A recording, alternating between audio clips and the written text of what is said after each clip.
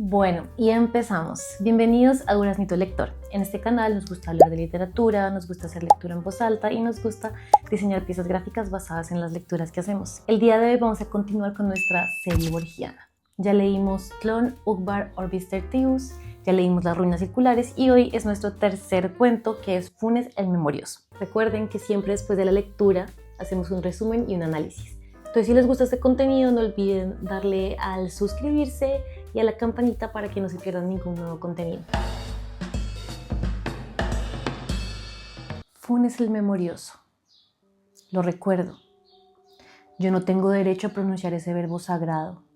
Solo un hombre en la tierra tuvo derecho, y ese hombre ha muerto, con una oscura pasionaria en la mano, viéndola como nadie la ha visto, aunque la mirara desde el crepúsculo del día hasta la noche, toda una vida entera. Lo recuerdo, la cara taciturna y ahindiada y singularmente remota, detrás del cigarrillo. Recuerdo, creo, sus manos afiladas de trenzador. Recuerdo, cerca de esas manos un mate, con las armas de banda oriental. Recuerdo en la ventana de la casa una estera amarilla, con un vago paisaje lacustre. Recuerdo claramente su voz, la voz pausada, resentida y nasal del orillero antiguo, sin los silbidos italianos de ahora. Más de 3 veces no lo vi. La última, en 1887. Me parece muy feliz el proyecto de que todos aquellos que lo trataron escriban sobre él. Mi testimonio será acaso el más breve y sin duda el más pobre, pero no el menos imparcial del volumen que editarán ustedes. Mi deplorable condición de argentino me impedirá incurrir en el ditirambo, género obligatorio en el Uruguay, cuando el tema es un uruguayo. Literato, cajetilla, porteño. Funes no dijo esas injuriosas palabras, pero de un modo suficiente me consta que yo representaba para él esas desventuras. Pedro Leandro Ipuche ha escrito que Funes era un precursor de los superhombres, un Zaratustra cimarrón y vernáculo. No lo discuto, pero no hay que olvidar que era también un compadrito de Fray Bentos, con ciertas incurables limitaciones. Mi primer recuerdo de Funes es muy perspicuo. Lo veo en un atardecer de marzo o febrero del año 84. Mi padre, ese año, me había llevado a veranear a Fray Bentos. Yo volvía con mi primo Bernardo Eado de la estancia de San Francisco. Volvíamos cantando, a caballo. Y esa no era la única circunstancia de mi felicidad. Después de un día bochornoso, una enorme tormenta color pizarra había escondido el cielo. La alentaba el viento del sur. Ya se enloquecían los árboles. Yo tenía el temor, la esperanza, de que nos sorprendiera en un descampado el agua elemental. Corrimos una especie de carrera con la tormenta. Entramos en un callejón que se ahonda detrás de 2 veredas altísimas de ladrillo. Había oscurecido de golpe. Oí rápidos y casi secretos pasos en lo alto. Alcé los ojos y vi un muchacho que corría por la estrecha y rota vereda como por una estrecha y rota pared. Recuerdo la bombacha, las alpargatas, recuerdo el cigarrillo en el duro rostro, contra el nubarrón ya sin límites. Bernardo le gritó imprevisiblemente: «¿Qué horas son, Ireneo?».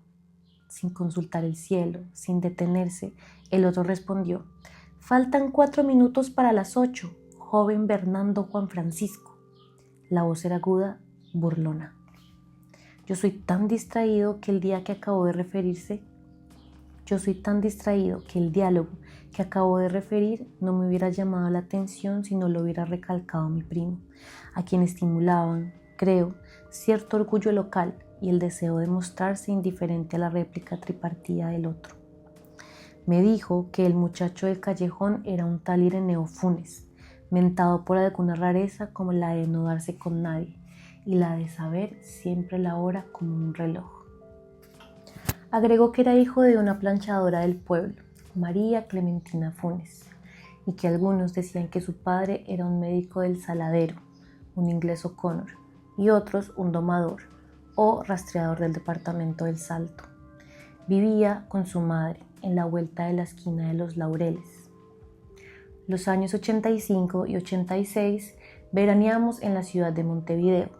El 87 volví a Fray Bentos. Pregunté, como es natural, por todos los conocidos y finalmente por el cronométrico Funes. Me contestaron que lo había volteado un redomón en la estancia de San Francisco y que había quedado tullido, sin esperanza. Recuerdo la impresión de incómoda magia que la noticia me produjo. La única vez que yo lo vi, veníamos a caballo de San Francisco y él andaba en un lugar alto. El hecho, en boca de mi primo Bernardo, tenía mucho de sueño elaborado con elementos anteriores.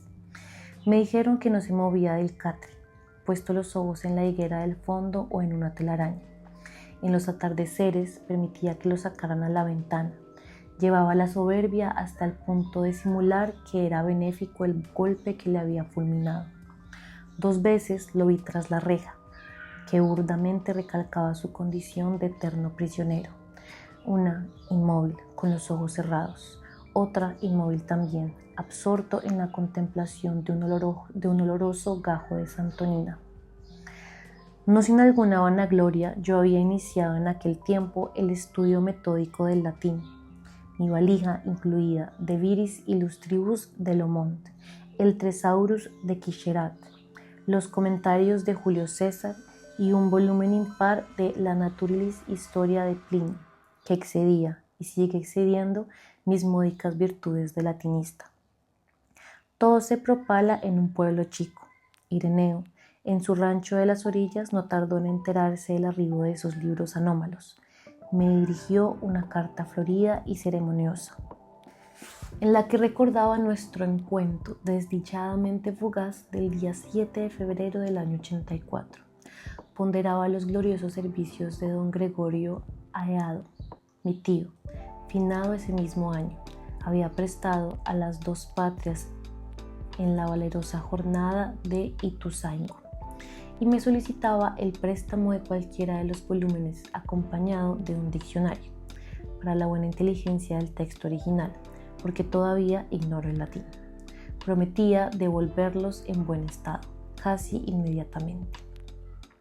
La letra era perfecta, muy perfilada, la ortografía del tipo que Andrés Bello preconizó, I por Y, J por G.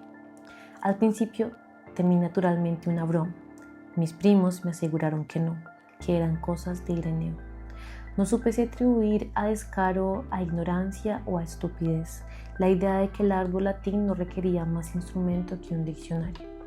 Para desengañarlo con plenitud le mandé el Gradus ad Parnasura de Quicherat y la obra de Plinio. El 14 de febrero me telegrafiaron de Buenos Aires que volviera inmediatamente, porque mi padre no estaba nada bien. Dios me perdone. El prestigio de ser el destinatario de un telegrama urgente, el deseo de comunicar a todo Fray Bentos la contradicción entre la forma negativa de la noticia y el perentorio adverbio, la tentación de dramatizar mi dolor, fingiendo un viril estoicismo, tal vez me distrajeron de toda posibilidad de dolor. Al hacer la valija noté que me faltaba el Gradus y el primer tomo de Naturalis Historia. El Saturno zarpaba al día siguiente, por la mañana. Esa noche, después de cenar, me encaminé a casa de Funes. Me asombró que la noche fuera no menos pesada que el día. En el decente rancho, la madre de Funes me recibió. Me dijo que Ireneo estaba en la pieza del fondo y que no me extrañara encontrarla a oscuras, porque Ireneo sabía pasarse las horas muertas sin encender la luz. Atravesé el patio de baldosas, el corredorcito. Llegué al segundo patio. Había una parra. La oscuridad pudo parecerme total. Oí de pronto la alta y burlona voz de Ireneo. Esa voz hablaba en latín. Esa voz, que venía de la tiniebla, articulaba con moroso deleite un discurso o plegaria o incantación. Resonaron las sílabas romanas en el patio de tierra. Mi temor las creía indescifrables, interminables. Después, en el enorme diálogo de esa noche, supe que formaban el primer párrafo del capítulo 24 del libro 7 de la Naturalis Historia. La materia de ese capítulo es la memoria.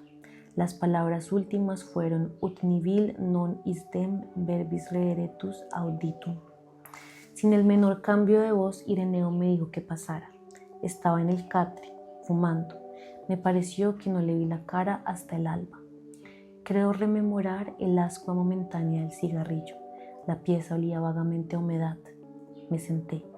Repetí la historia del telegrama y de la enfermedad de mi padre. Arribo ahora al más difícil punto de mi relato. Bueno, es que ya lo sepa el lector, no tiene otro argumento que ese diálogo de hace ya medio siglo. No trataré de reproducir sus palabras irrecuperables ahora. Prefiero resumir con veracidad las muchas cosas que me dijo Ireneo. El estilo indirecto es remoto y débil. Yo sé que sacrifico la eficacia de mi relato, que mis lectores se imaginen los entrecortados periodos que me abrumaron esa noche.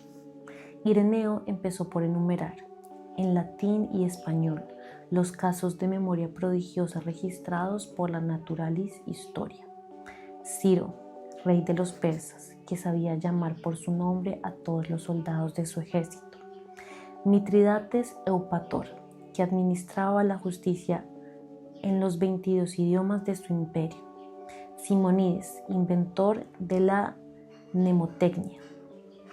Metrodoro, que profesaba el arte de repetir con fidelidad lo escuchado una sola vez. Con evidente buena fe, se maravilló de que tales casos maravillaran.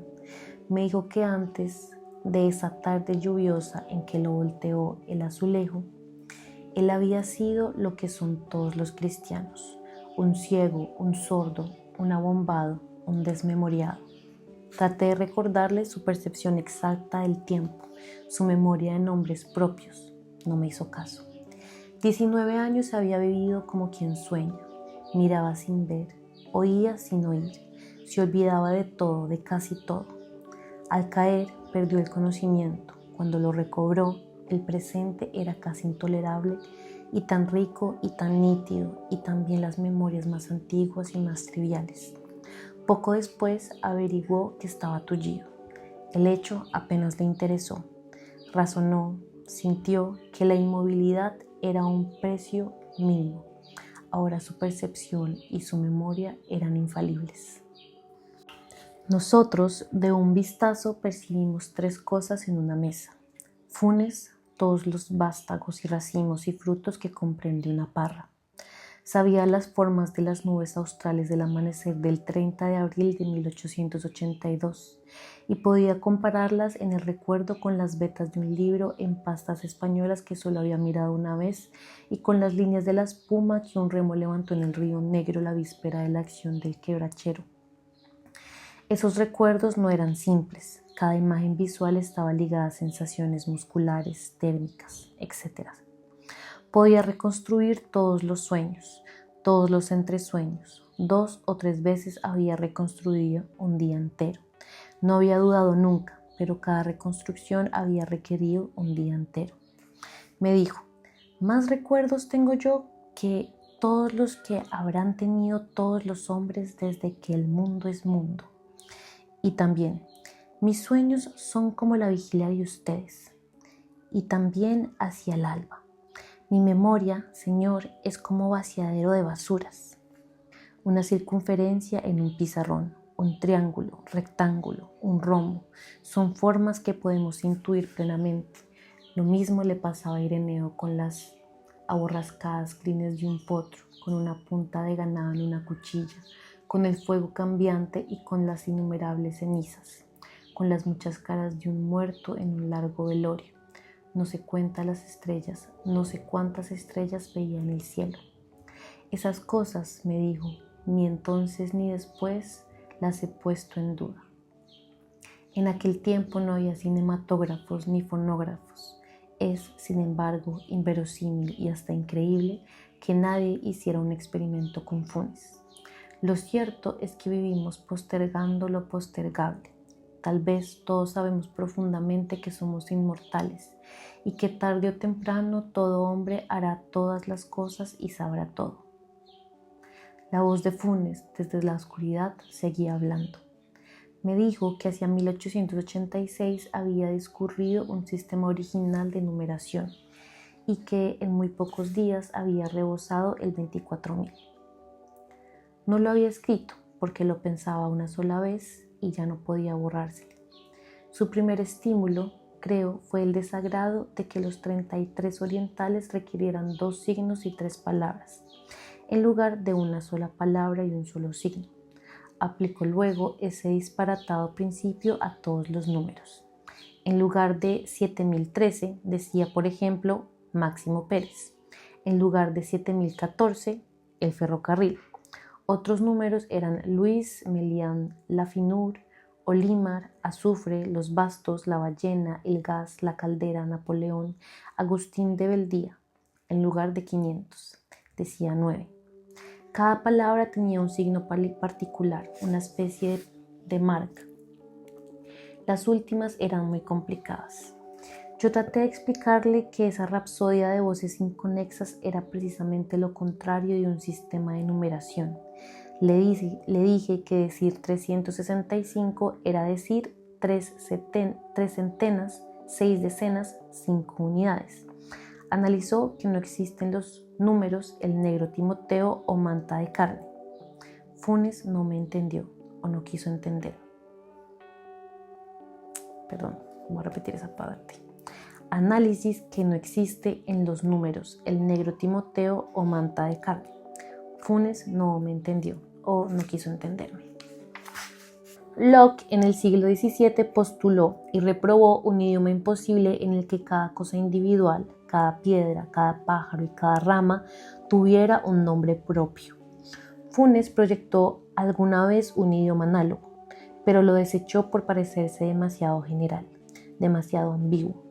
En efecto, Funes no solo recordaba cada hoja de cada árbol de cada monte, sino cada una de las veces que las había percibido o imaginado. Resolvió reducir cada una de sus jornadas pretéritas a unos 70.000 recuerdos, que definiría luego por cifras. Lo disuadieron 2 consideraciones: la conciencia de que la tarea era interminable, la conciencia de que era inútil. Pensó que en la hora de la muerte no habría acabado aún de clasificar todos los recuerdos de la niñez. Los 2 proyectos que he indicado, un vocabulario infinito para la serie natural de los números, un inútil catálogo mental de todas las imágenes del recuerdo, son insensatos, pero revelan cierta balbuciante grandeza. Nos dejan vislumbrar o inferir el vertiginoso mundo de Funes. Este, no lo olvidemos, era casi incapaz de ideas generales, platónicas. No solo le costaba comprender que el símbolo genérico perro abarcaba tantos individuos dispares de diversos tamaños y diversa forma. Le molestaba que el perro de las 3 y 14, visto de perfil, tuviera el mismo nombre que el perro de la 3 y cuarto, visto de frente. Su propia cara en el espejo, sus propias manos, lo sorprendían cada vez. Refiere Swift que el emperador de Lilliput discernía el movimiento del minutero. Funes discernía continuamente los tranquilos avances de la corrupción, de las caries, de la fatiga. Notaba los progresos de la muerte, de la humedad. Era el solitario y lúcido espectador de un mundo multiforme, instantáneo y casi intolerablemente preciso. Babilonia, Londres y Nueva York han abrumado con feroz esplendor la imaginación de los hombres. Nadie en sus torres populosas y en sus avenidas urgentes ha sentido el calor y la presión de una realidad tan infatigable como la que día y noche convergía sobre el infeliz Cireneo. En su pobre arrabal sudamericano le era muy difícil dormir. Dormir es distraerse del mundo. Funes, de espaldas en el catre, en la sombra, se figuraba cada grieta y cada módula de la casa precisa que lo rodeaba. Repito que el menos importante de sus recuerdos era más minucioso y más vivo que nuestra percepción de un goce físico o de un tormento físico. Hacia el este, en un trecho no amansado, había casas nuevas, desconocidas. Funes las imaginaba negras, compactas, hechas de tinieblas homogéneas. En esa dirección volvía la cara para dormir. También solía imaginarse en el fondo del río, mecido y anulado por la corriente. Había aprendido sin esfuerzo el inglés, el francés, el portugués, el latín. Sospecho, sin embargo, que no era muy capaz de pensar. Pensar es olvidar diferencias, es generalizar, abstraer. En el aborratado mundo de Funes no había sino detalles casi inmediatos. La recelosa claridad de la madrugada entró por el patio de tierra. Entonces vi la cara de la voz que toda la noche había hablado. Ireneo tenía 19 años, había nacido en 1868. Me pareció monumental como el bronce, más antiguo que Egipto, anterior a las profecías y a las pirámides. Pensé que cada una de mis palabras, que cada uno de mis gestos, perduraría en su implacable memoria. Me entorpeció el temor de multiplicar ademanes inútiles. Ireneo Funes murió en 1889 de una congestión pulmonar. 1942. Y así termina este cuento de Funes el Memorioso. Bueno, déjenme saber en sus comentarios qué tal les pareció este cuento, qué les quedó, qué entendieron, qué opinan acerca de este hombre que tiene la memoria más grande que el propio universo y la suma de todos los humanos con sus memorias. Y nada, si les gusta este contenido, no olviden darle seguir y nos vemos la próxima semana con el análisis y el resumen de este cuento. Chao, chao.